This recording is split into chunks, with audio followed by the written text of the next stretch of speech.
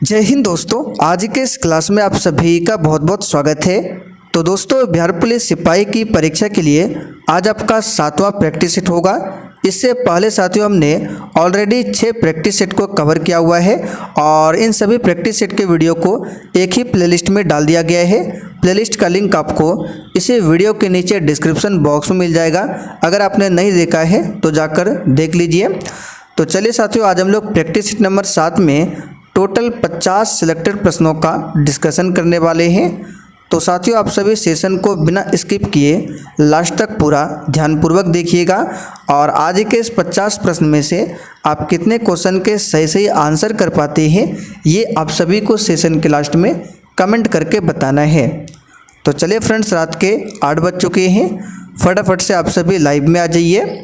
सभी फ्रेंड्स को good evening, good evening. तो देखिए, आज का पहला क्वेश्चन आपके सामने है। आकार के संदर्भ में बृहस्पति का हमारे सौरमंडल में कौन सा स्थान है? पहला, दूसरा, तीसरा या फिर डी चौथा? बिल्कुल आपको सोच समझकर आंसर करना है।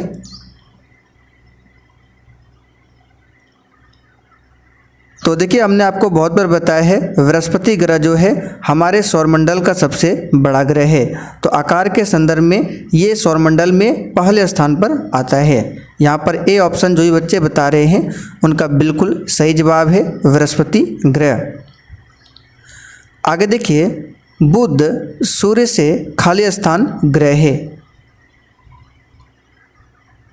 चलिए क्वेश्चन नंबर 2 के लिए आंसर बताइए। ये हमारा सन है, तो सन से बताना है बुध कौन से नंबर का ग्रह है। तो सूर्य के ठीक नज़दीक में आता है बुध।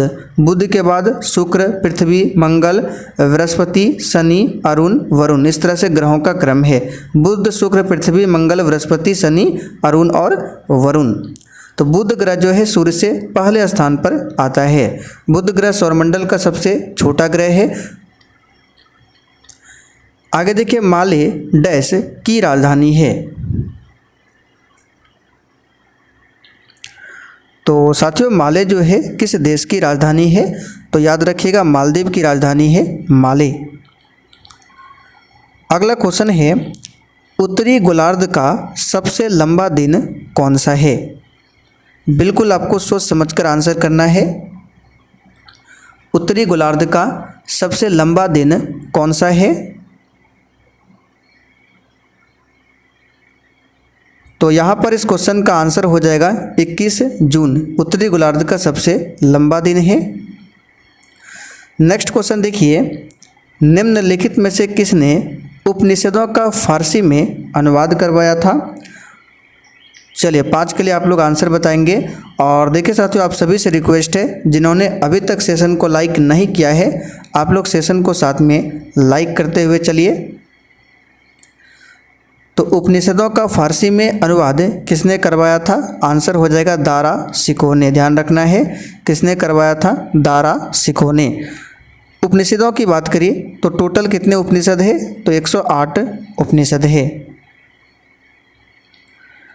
आगे देखिए, वर्तमान में भारत के विदेश मंत्री कौन है?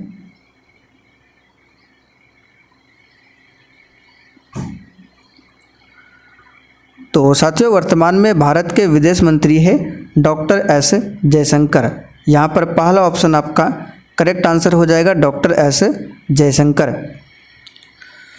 आगे देखिए, चित्तौड़ का कीर्ति स्तंभ किसके द्वारा निर्मित कराया गया था?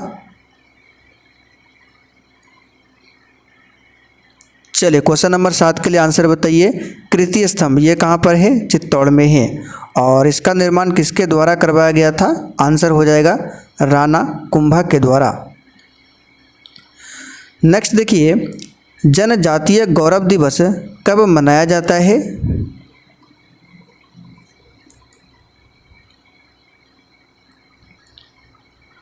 चलिए आंसर बताइए, जनजातीय गौरव दिवस कब मनाया जाता है? तो साथियों ध्यान रखना है, ये मनाया जाता है 15 नवंबर को। कब मनाया जाता है? 15 नवंबर को। 14 नवंबर को विश्व मधुमेह दिवस मनाया जाता है। ध्यान रखिएगा, विश्व मधुमेह दिवस। 26 नवंबर को क्या मनाया जाता है? संविधान दिवस, क्योंकि 26 नवंबर 1949 को हमारा संविधान बनकर तैयार हुआ था। इसी के उपलक्ष्य में 26 नवंबर को संविधान दिवस मनाते हैं। आगे देखिए, पुरंदर की संधि जो कि 1665 में हुआ था, छत्रपति शिवाजी और किन के बीच में हुई थी? ये क्वेश्चन ऑलरेडी एग्जाम में पूछा हुआ क्वेश्चन है। आंसर बताएंगे आप सभी। पुरंदर की संधि कब होती है? तो 1665 में। तो ये जो संधि है छत्रपति शिवाजी और राजा जयसिंह के मध्य में हुई थी। यहाँ पर बी ऑप्शन आपका बिल्कुल करेक्ट आंसर है, राजा जयसिंह। आगे देखिए, भारत के महान्यायवादी की नियुक्ति कौन करता है?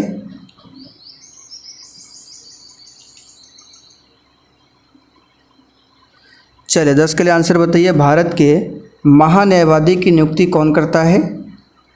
तो इस क्वेश्चन का आंसर क्या हो जाएगा? राष्ट्रपति करते हैं। वर्तमान में भारत के महान्यायवादी कौन है? तो याद रखिएगा, आर वेंकट रमनी। आर वेंकट रमनी वर्तमान में कौन है? महान्यायवादी है। और वर्तमान में भारत के सीएजी कौन है? तो गिरीश चंद्र मुर्मू। इन सारे फैक्टों को याद रखिएगा।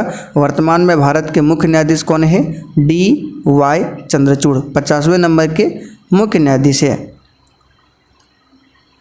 राज्य मंत्री परिषद किसके प्रति उत्तरदायी होता है?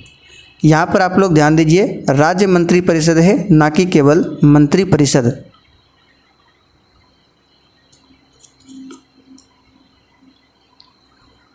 तो साथियों, राज्य मंत्री परिषद जो है किसके प्रति उत्तरदायी होती है? तो याद रखिएगा, विधानसभा के प्रति। यहाँ पर सी ऑप्शन आपका सही जवाब है। विधानसभा की बात करें तो इसके सदस्यों का कार्यकाल 5 वर्षों के लिए होता है और विधान परिषद में सदस्यों का कार्यकाल 6 वर्षों के लिए होता है। वर्तमान में भारत में टोटल 6 ऐसे राज्य हैं जहां पर विधान परिषद मौजूद है, जिसमें से अपना बिहार भी आता है।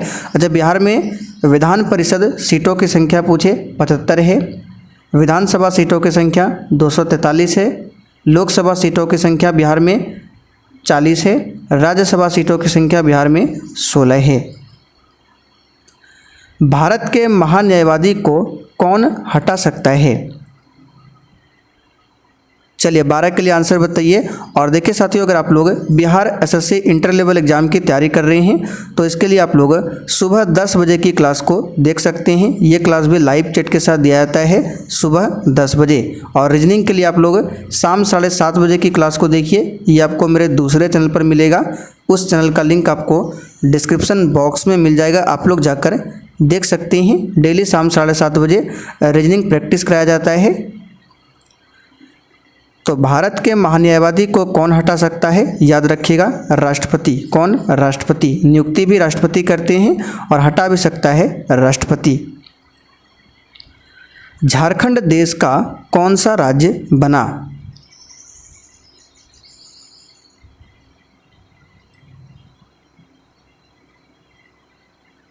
चलिए 13 के लिए आंसर बताइए। झारखंड देश का कौन सा राज्य बना? तो साथियों, झारखंड जो है देश का 28वां राज्य बना। कब बना था? तो ये 15 नवंबर 2000 ईस्वी को बिहार से अलग होकर झारखंड जो है देश का 28वां राज्य बना था। अच्छा, बिहार की स्थापना पूछे कब हुई थी? तो 22 मार्च, ध्यान रखिएगा, 22 मार्च 1912 को बिहार की स्थापना होती है। इसलिए 22 मार्च को बिहार दिवस मनाया जाता है और साथ में 22 मार्च को विश्व जल दिवस भी मनाया जाता है, इसे ध्यान रखिएगा। बिहार में लोकसभा सीटों की संख्या कितनी है?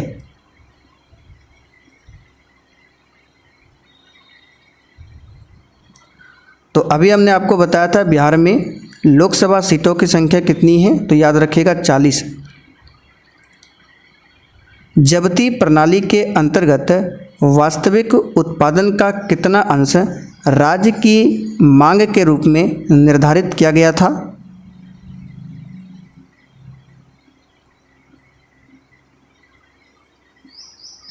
चलिए इसका आंसर बता देते हैं। आंसर क्या हो जाएगा इसका? 1/3। सोवियत संघ का 15 स्वतंत्र गणतंत्रों में विघटन कब हुआ था? चलिए आंसर बताइए। सोवियत संघ USSR इसका जो विघटन हुआ था 15 स्वतंत्र गणतंत्रों में, ये कब हुआ था? तो ध्यान रखिएगा, इसका आंसर क्या हो जाएगा साथियों? 1991 में।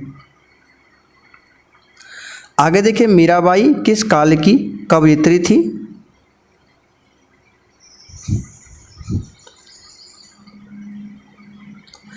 चलिए 17 के लिए आंसर बताइए। मीराबाई किस काल की कवयित्री थी?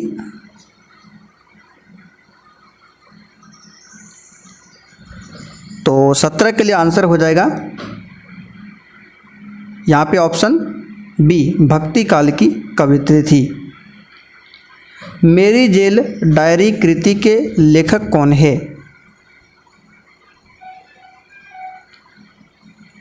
चलिए 18 के लिए आंसर बताएंगे। मेरी जेल डायरी कृति के लेखक कौन है?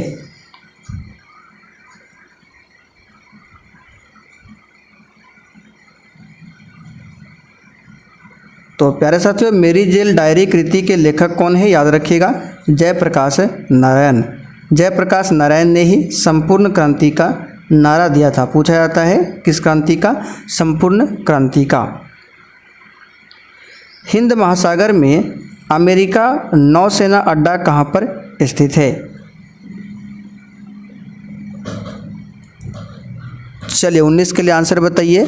हिंद महासागर में अमेरिका का नौसेना अड्डा कहाँ पर स्थित है? तो साथियों, इस क्वेश्चन का आंसर होगा डिएगो गार्सिया में। प्रतिवर्ष पूरे भारत में कारगिल विजय दिवस किस तारीख को मनाया जाता है?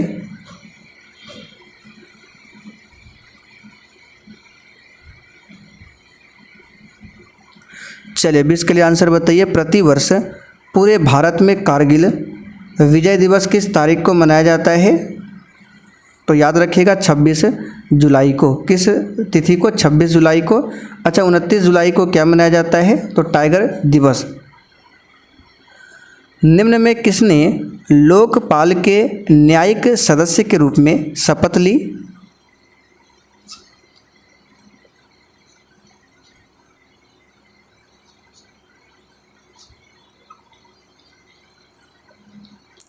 चलिए 21 के लिए आंसर बताएंगे। निम्न में किसने लोकपाल के न्यायिक सदस्य के रूप में शपथ ली?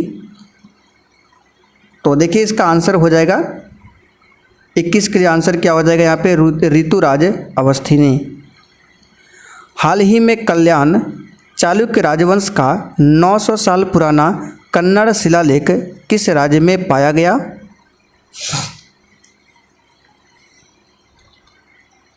तो साथियों, ये पाया गया तेलंगाना में। कहाँ पर? तेलंगाना में। याद रखिएगा, इंपॉर्टेंट क्वेश्चन है करंट अफेयर्स का।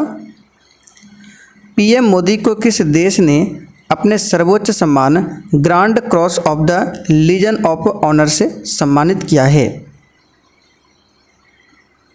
चलिए, आप लोग करंट अफेयर्स पढ़ते हैं तो बिल्कुल आराम से इसका आंसर दे सकते हैं। आंसर क्या होगा? फ्रांस। कौन संघाई सहयोग संगठन का 9वां अस्थायी सदस्य देश बना है? संघाई सहयोग संगठन SCO। तो इसका 9वां अस्थायी सदस्य देश जो बना है, कौन बना है? आंसर कीजिए फटाफट से। चलिए आंसर हो जाएगा ईरान। नहरों का देश किसे कहते हैं? आंसर करेंगे 25 के लिए। नहरों का देश किसे कहते हैं? याद रखिएगा, पड़ोसी देश पाकिस्तान को नहरों का देश बोला जाता है। यदि कोई सितारा सूर्य से बड़ा है किंतु उससे 2 गुना बड़ा नहीं है तो वह एक खाली स्थान में परिवर्तित हो जाता है।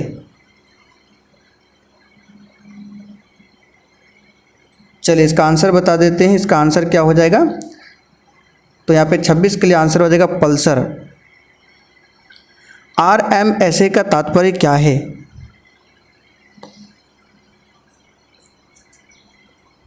चलिए आंसर कीजिए। RMSA का तात्पर्य क्या है? तो याद रखिएगा, इसका मतलब क्या होता है? इसका मतलब होता है राष्ट्रीय माध्यमिक शिक्षा अभियान। यहाँ पर ए ऑप्शन आपका सही जवाब है, राष्ट्रीय माध्यमिक शिक्षा अभियान। जहांगीर ने किसे इंग्लिश खान की उपाधि दी थी?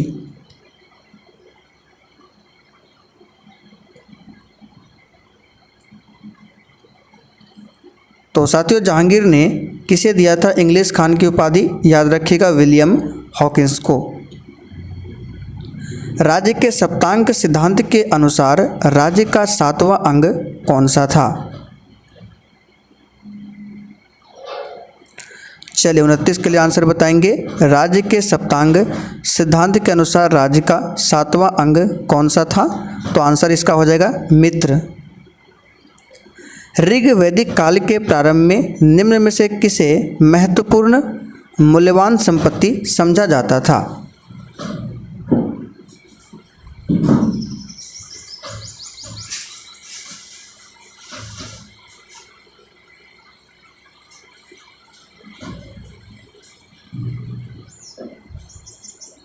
तो यहाँ पर इस क्वेश्चन का आंसर क्या हो जाएगा? ऋग वैदिक काल के प्रारंभ में किसे महत्वपूर्ण मूल्यवान संपत्ति समझा जाता था? बिल्कुल सही आंसर दिए हैं गाय को। निम्नलिखित में से क्या विश्व का सबसे बड़ा खनन पत्तन है?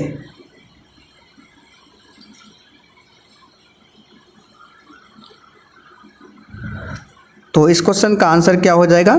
ये हो जाएगा आपका हेडलैंड। निम्नलिखित नगरों में से मरुस्थल देश माली की राजधानी कौन सी है? माली जो है एक मरुस्थल देश है और इसकी राजधानी कौन सी है? तो याद रखिएगा वामाको। वर्ष 1924 का बंगाल का तारकेश्वर आंदोलन निम्न में से किसके विरुद्ध था? चलिए 33 के लिए आंसर बताएंगे। वर्ष 1914 का बंगाल का तारकेश्वर आंदोलन निम्न में से किसके विरुद्ध था? तो याद रखिएगा साथियों इस क्वेश्चन का आंसर क्या हो जाएगा 33 के लिए? चलिए इसका आंसर हो जाएगा मंदिरों में भ्रष्टाचार। इंटरनेट के क्षेत्र में www का प्रयोग किसके लिए किया जाता है?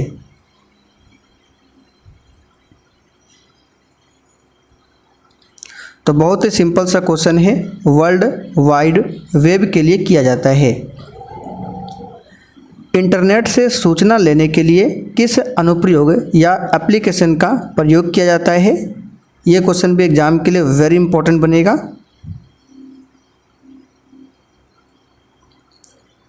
तो साथियों इंटरनेट से सूचना लेने के लिए किस एप्लीकेशन का प्रयोग किया जाता है? आंसर इसका क्या हो जाएगा?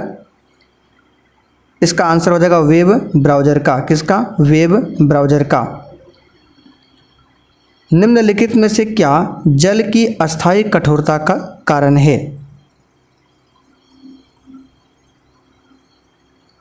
चलिए आंसर बताइए। जल की अस्थायी कठोरता का कारण है कैल्शियम सल्फेट।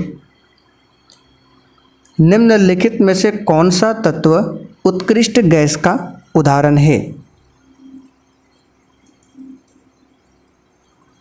चलिए 37 के लिए आंसर बताइए। निम्नलिखित में से कौन सा तत्व उत्कृष्ट गैस का उदाहरण है? तो याद रखिएगा इस क्वेश्चन का आंसर यहाँ पे क्या हो जाएगा? हीलियम। ये उत्कृष्ट गैस का उदाहरण है। निम्नलिखित में से कौन सा तत्व प्राकृतिक रेडियो एक्टिविटी को नहीं दर्शाता है? चलिए सिंपल क्वेश्चन है, आंसर बताइए। कौन सा एलिमेंट है जो प्राकृतिक रेडियो एक्टिविटी को नहीं दर्शाता है? तो याद रखिएगा ये है एल्यूमिनियम। बाकी यूरेनियम, थोरियम, पोलोनियम ये सभी रेडियो एक्टिविटी को प्रदर्शित करता है। वायुमंडलीय घटना के अध्ययन को क्या कहा जाता है? चलिए 39 के लिए आंसर बताइए। वायुमंडलीय घटना के अध्ययन को क्या कहा जाता है? तो साथियों इसे कहा जाता है मौसम विज्ञान। क्या बोला जाता है? मौसम विज्ञान। जैव विविधता अभियान पर सम्मेलन का सचिवालय कहाँ स्थित था? आंसर इसका हो जाएगा मॉन्ट्रियल में। कहाँ पे? मॉन्ट्रियल में। और विश्व जैव विविधता दिवस प्रत्येक वर्ष 22 मई के दिन मनाया जाता है। भूमध्य रेखा निम्नलिखित किस देश से होकर नहीं गुजरती? चलिए भूमध्य रेखा क्या है? जो पृथ्वी के बीचों बीच से होकर गुजरती है उसे ही भूमध्य रेखा कहते हैं। और ये मैक्सिको से होकर नहीं गुजरती है। बाकी केन्या, इंडोनेशिया, ब्राज़ील, इन सभी जगहों से गुजरती है। अधिकांश भूप्रपटी किस सेल से बनी है?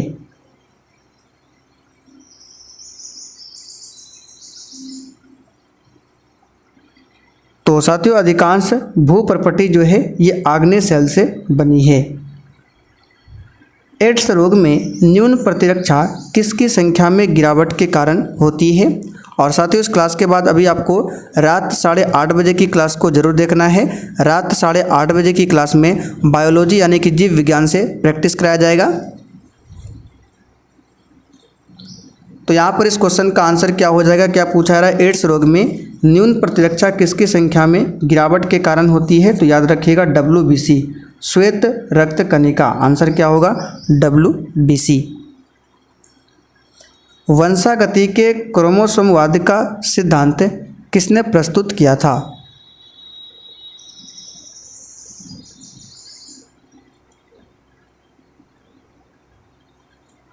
आंसर हो जाएगा सटन एवं बोवेरी ने। याद रखिएगा। एक पारितंत्र में अपघटन की क्रिया को नियमित करने वाला कारक कौन सा है? तो ये हो जाएगा ये सभी ताप, मृदा की कमी, अपरद की प्रकृति, ये सभी है। वायु के क्षैतिज संचलन से होने वाला ताप का स्थानांतरण क्या कहलाता है?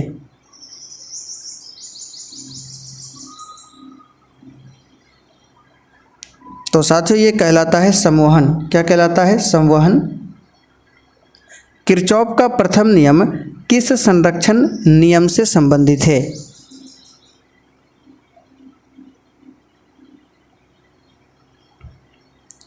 तो साथियों किरचॉफ का जो पहला नियम है ये संबंधित है आवेश संरक्षण से, और दूसरा नियम जो किरचॉफ का है वो ऊर्जा संरक्षण से संबंधित है।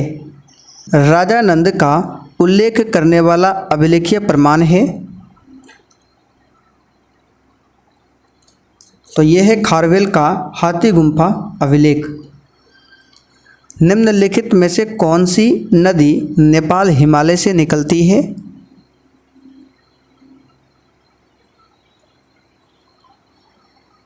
तो साथियों इसका आंसर हो जाएगा घाघरा।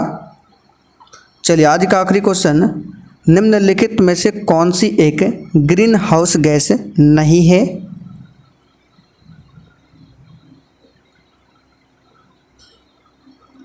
तो यहाँ पर 50 के लिए आंसर क्या हो जाएगा? आंसर हो जाएगा नाइट्रोजन। ये ग्रीन हाउस गैस नहीं है। बाकी carbon dioxide, methane, nitrous oxide ये सभी ग्रीन हाउस गैसें हैं। तो चलिए साथियों आज के लिए इतना ही। तब तक के लिए जय हिंद।